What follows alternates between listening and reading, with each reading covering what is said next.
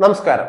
ബംഗ്ലാദേശിനെതിരായ 3 മത്സര T20 പരമ്പരയ്ക്കുള്ള Indian ടീമിൽ 1-ാം number wicket കീപ്പറായി ഇടം പിടിച്ചത് സഞ്ജു സാംസൺ ആണ്. അവസാന ശ്രീലങ്കൻ പരമ്പരയിൽ 2 മത്സരത്തിലും റണ്ണൊന്നും എടുക്കാതെ പുറത്തായെങ്കിലും സഞ്ജുവിന് വീണ്ടും അവസരം നൽകാൻ ടീം മാനേജ്മെന്റ് തീരുമാനിക്കുകയായിരുന്നു. ഗൗതം ഗംഭീർ എന്ന പരിശീലകനും സൂര്യകുമാർ യാദവ് എന്ന ക്യാപ്റ്റനും സഞ്ജുവിനെ പിന്തുണയ്ക്കുന്നുണ്ട് എന്നതാണ് ഈ അവസരത്തിലൂടെ വ്യക്തമാകുന്നത്. എന്നാൽ ഇത്തവണ സഞ്ജുവിനെ പുതിയ റോളിൽ കളിപ്പിക്കാനാണ് ഇന്ത്യയുടെ പദ്ധതി.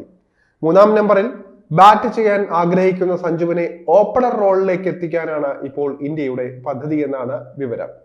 അഭിഷേക് ശർമ്മ മാത്രമാണ് ടീമിലെ സ്പെഷ്യലിസ്റ്റ് ഓപ്പണർ. അതുകൊണ്ട് തന്നെ നിലനിൽപ്പിന്റെ പോരിനിറങ്ങുന്ന സഞ്ജുവിന് ഇത്തവണ ഓപ്പണർ എന്ന വെല്ലുവിളി കൂടി മറികടക്കേണ്ടതായുണ്ട്. ഓപ്പണർ എന്ന നിലയിൽ സഞ്ജുവിന്റെ മുൻകണക്കുകൾ എങ്ങനെയാണ്? അതാണ് വിശദമായി ഈ ഘട്ടത്തിൽ പരിശോധിക്കേണ്ടത്. IPL രാജസ്ഥാൻ റോയൽസ് നായകനാണ് സഞ്ജു സാംസൺ. രാജസ്ഥാനിലൂടെ കളിച്ചു വളർന്ന ഇന്ത്യൻ ടീമിലേക്ക് എത്തിയ താരമാണ് സഞ്ജു. രാജസ്ഥാന് 2 വർഷം വിലക്ക് ലഭിച്ചപ്പോൾ ഡൽഹി ക്യാപിറ്റൽസിനായും സഞ്ജു കളിച്ചിട്ടുണ്ട്. IPL ഓപ്പണറായി 23 തവണയാണ് സഞ്ജു ബാറ്റ് ചെയ്തിട്ടുള്ളത്. 559 റൺസ് നേടിയ സഞ്ജുവിന്റെ സ്ട്രൈക്ക് റേറ്റ് 135 മാത്രമാണ് എന്നതാണ് എടുത്തു പറയേണ്ടത്.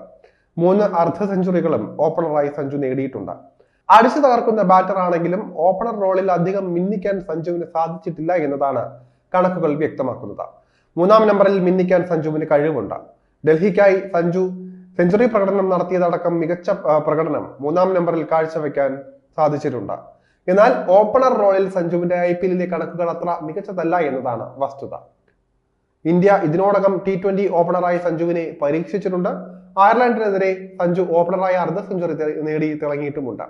ശ്രീലങ്കയ്ക്കെതിരെ ഓപ്പണറായി ഇറങ്ങിയപ്പോൾ 5 റൺസിൽ പുറത്തായി. സഞ്ജു പിച്ചിനെ മനസ്സിലാക്കി കളിക്കുന്ന താരമല്ല എന്നത് പലർക്കും അറിയാവുന്നതാണ്. തന്റെ ബാറ്റിംഗ് കാര്യത്തിൽ വിശ്വാസം അർപ്പിച്ച് കടന്നാക്രമിക്കുന്നതാണ് സഞ്ജുവിന്റെ ശൈലി. സഞ്ജുവിന് ഇന്ത്യയുടെ T20 ഓപ്പണർ എന്ന നിലയിൽ വലിയ പ്രകടനം നടത്താനുമായിട്ടില്ല. T20 ലോകകപ്പിന് മുൻപ് ബംഗ്ലാദേശിനെതിരെ നടന്ന സന്നാഹ മത്സരത്തിലും ഓപ്പണർ എന്ന നിലയിൽ സഞ്ജു ഫ്ലോപ്പ് ആയിരുന്നു. ന്യൂബോളിലെ ബൗളിംഗ് മികവ് നേരിട്ട് വലിയ സ്കോർ നേടുക എന്നത് സഞ്ജുവിനെ സംബന്ധിച്ച് പ്രയാസകരമാണ്. വലിയ ഷോട്ടിന് ശ്രമിച്ച് സഞ്ജു വിക്കറ്റ് തുലയ്ക്കാനുള്ള സാധ്യതയാണ് കൂടുതലെന്ന് പറയാം. ഇന്ത്യ സഞ്ജുവിനെ ഓപ്പണർ ആക്കുന്നത് താരത്തിനും ടീമിനും വലിയ ഗുണം ചെയ്യാൻ സാധ്യതയില്ല എന്നതാണ് എടുത്തു പറയേണ്ട ഒരു കാര്യം. ഏത് ബാറ്റിംഗ് പൊസിഷനിലായാലും സഞ്ജുവിനെ സംബന്ധിച്ച് ബംഗ്ലാദേശ് T20 വളരെ നിർണായകമാണ്. ഈ പരമ്പരയിലും ഫ്ലോപ്പ് ആയാൽ സഞ്ജുവിന് കാര്യങ്ങൾ പ്രയാസമാകും. ഒരുപക്ഷെ അവസരം കാത്തിരിക്കുന്ന ഒരുപാട് പേർക്കായിരിക്കും ഇത് പ്രയോജനപ്പെടുത്തുക. പിന്നീട് സഞ്ജുവിന് വീണ്ടും T20 ടീമിൽ ഇടം പിടിക്കുക എന്നത് കൂടുതൽ ദുഷ്കരമാകും. ഇഷാൻ കിഷൻ തിരിച്ചുവരവിന് തയ്യാറെടുക്കുകയാണ്. സമീപകാലത്തെ താരത്തിന്റെ പ്രകടനങ്ങൾ മികച്ചതാണ്. ഇടവേളയ്ക്ക് ശേഷം ജിതേഷ് ശർമ്മയെ ഇന്ത്യ T20 ടീമിലേക്ക് തിരിച്ചു വിളിച്ചിട്ടുമുണ്ട്. ഇതും സഞ്ജുവിനെ സംബന്ധിച്ച് വലിയ ഭീഷണിയാണ്. ബംഗ്ലാദേശ് പരമ്പരയിൽ ജിതേഷ് തിളങ്ങിയാൽ സഞ്ജുവിന് കാര്യങ്ങൾ കൂടുതൽ പ്രയാസമാകും. ടീമിൽ തുടരാൻ ബംഗ്ലാദേശ് പരമ്പര സഞ്ജു മുതലാക്കേണ്ടത് അത്യാവശ്യമാണ് എന്ന് തന്നെ പറയാം. ഇല്ലെങ്കിൽ ഒരുപക്ഷെ തന്റെ കരിയറിനെ തന്നെ ബാധിക്കുന്ന വിഷയമായി മാറുകയും ചെയ്യും.